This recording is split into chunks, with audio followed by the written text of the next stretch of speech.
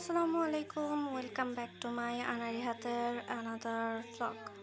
এই দিন আসলে আমি আর প্রিয়াঙ্কা ছোটোখাটো একটা ধোঁকা খাই এবং গৌরীর সাথে কাটানো আমাদের শেষ বিকেলগুলোর ভেতরে এটা একটা অন্যতম সুন্দর বিকেল। এবারে সে ধোঁকার গল্পে আগের রাতে শাকিলের বাসায় আমরা সবাই প্ল্যান করি মেয়েরা শাড়ি পরবো।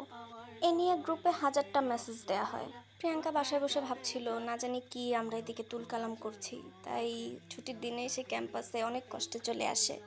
আমি আর প্রিয়াঙ্কা শাড়ি পরে সাজুগুজু করে বের হই, কিন্তু এই যে সামনে বসে থাকা কালপ্রিট নাম্বার 1 এবং কালপ্রিট নাম্বার 2 এরাই বিট্রে করে আমাদের সাথে। এরা বলে শাড়ি পরবো কিন্তু আদতে শাড়ি পরে না। গরমে মন খারাপ মেজাজ খারাপ দুটোই হয়। তার উপর আবার চারুর রিহার্সাল মিস দিয়ে আমি তাদের সাথে মিট করেছি, মানে এমন মেজাজ খারাপ হচ্ছিল আমার। তাও তারপরে সবাই মিলে প্ল্যান করে আমরা ভ্যানে করে ঘুরতে যাব। যেহেতু গৌরী চলে যাচ্ছে, গৌরীর জন্য আমরা একটা গিফট কিনতে চাই শাড়ির দোকানে। এই যে গৌরীর শাড়ি। কি কষ্ট বল আমারই হবে এগুলা এই যে এই মাত্র ছেলে আছে এটা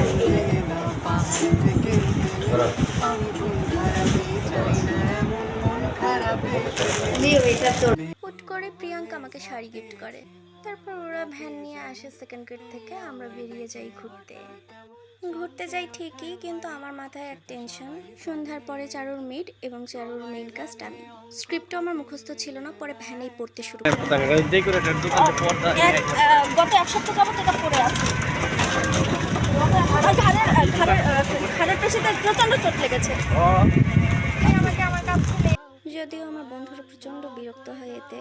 তারপর ঘুরতে ঘুরতে চলে যাই একটা জায়গায় এবং গিয়ে আমরা গাছ ধরাধরি খেলতে শুরু করি। ফিরে যাই ছোটবেলার মতন বাট করে চোর নির্ধারণ করি কে চোর হবে।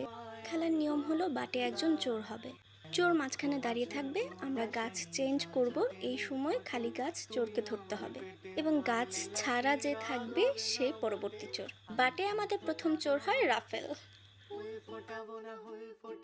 এরপরে আমরা খেলা শুরু করি, কেউ না কেউ গাছ ছেড়ে দেয় এবং একে একে আমরা সবাই চোর হই। হয়তো আমাদের একসাথে এরকম সুন্দর বিকেল আর আসবে না। কে বলতে পারে এটাই হয়তো একসাথে কাটানো আমাদের শেষ বিকেল। এরপর প্রিয়াঙ্কার আমি একটু রং ঢং করি দুই সই মিলে। আবার আমি আর প্রিয়াঙ্কা একটু রিলসের জন্য ভিডিও করি। সব রং তামাশা করে আমরা ছবি তুলি সবাই মিলে। এরপর প্রিয়াঙ্কা জানতে চায় গিফট পেয়ে আমার অভিব্যক্তি কি। বলো আসলে আমি স্পিচলেস। আমি আসলেই মানে এটা এক্সপেক্ট করি নাই এবং গিফট পাওয়ার পর আমি আসলে এখনো পর্যন্ত ভাষা খুঁজে পাচ্ছি না এটা পাওয়ার অভিব্যক্তি কি হওয়া উচিত আমার জন্য। তারপর আমরা আবার ভ্যানে করে কোথাও একটা যাই অজানা উদ্দেশ্যে। ভ্যান চালক মামা বলেছিল আমাদেরকে সুন্দর একটা ব্রিজে নিয়ে যাবে। অতঃপর সেই ব্রিজের গন্তব্যে আমরা তারপর পৌঁছাই ব্রিজে এবং সুন্দর একটা ওয়েদার ছিল ওই দিন, এত সুন্দর লাগছিল। ওইখানেও আমরা ছবি তুলি ভিডিও করি। আমি একা কিছু ছবি তুলি, গৌরী আজকে আমাকে লোক দিয়ে নিয়ে গেছে যে সুন্দর সুন্দর ছবি তুলে দেবে। কিছুক্ষণ সময় কাটিয়ে আমরা আবার ক্যাম্পাসের দিকে ব্যাক করি। আমার যেহেতু চারুর রিহার্সাল ছিল, শুধু রিহার্সাল বললে ভুল হবে, চারুর ওই দিন মিড ছিল।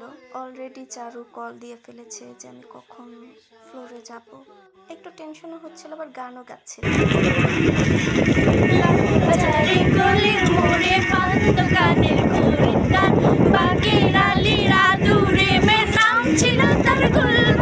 পুরোটা রাস্তাতেই আমরা গান শুনতে শুনতে যাই এবং আসি। কিছুক্ষণ বাদে আমরা সবাই আবার চুপ হয়ে যাই। আমাদের ব্যাচের কিছু স্পেশাল গান আছে, মনে করি আসাম যাব, কালো চলে কুচলা তলে, রসিক যেজন প্রেম জোয়ারে। এই গানগুলো আসলে ফাতেমা স্পিকারে বাজাচ্ছিল আর খানিক বাদে গৌরী কান্নাকাটি করছিল। গৌরীর সাথে আসলে এটাই আমাদের শেষ বিকেল বলা যায়। তাও আবার ডিরেক্টররা ছিল না, ওদের যেহেতু ওই দিন মিড ছিল, সবাই মিডের কারণে ব্যস্ত ছিল। তবে ওই দিনের ওয়েদার এবং আকাশটা এত সুন্দর ছিল, গৌরী বলছিল আমি চলে যাব, তাই ওয়েদার এত সুন্দর। এরপর আমরা ক্যাম্পাসে চলে আসি। আমার যেহেতু নতুন কলা ভবনের রিহার্সাল, ভ্যান নতুন কলার দিকেই আসে এবং আমি দূর থেকে দেখতে পাই আমার ডিরেক্টর তার বাকি পারফর্মারদেরকে নিয়ে রাস্তায় গোল হয়ে দাঁড়িয়ে আছে। এই তো গৌরীর সাথে কাটানো আমাদের সুন্দর শেষ বিকেল।